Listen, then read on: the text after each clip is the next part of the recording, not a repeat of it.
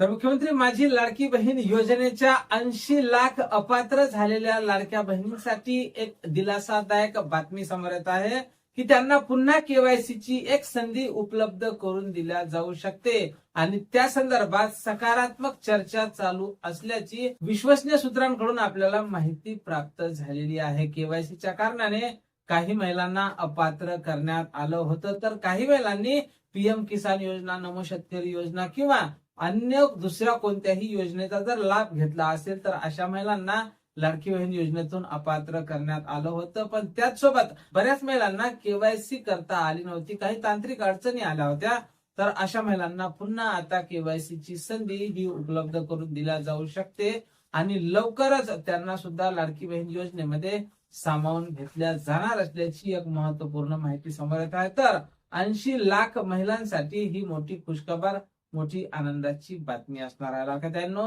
या संदर्भात आम्ही सुद्धा वरिष्ठांकडून वारंवार माहिती घेण्याचा प्रयत्न करतच आहोत। जशी काही नवीन माहिती, नवीन अपडेट आपल्याकडे उपलब्ध होईल, सर्वप्रथम त्या संदर्भातला व्हिडिओ तुम्हाला आपल्या चॅनलवर पाहायला मिळेल। त्यामुळे तुम्ही जर नवीन असाल तर नक्कीच आपल्या व्हिडिओला लाईक करून चॅनलला सबस्क्राईब करा। भेटूया पुढच्या एका नवीन व्हिडिओमध्ये महत्वपूर्ण माहिती सोबत। जय महाराष्ट्र।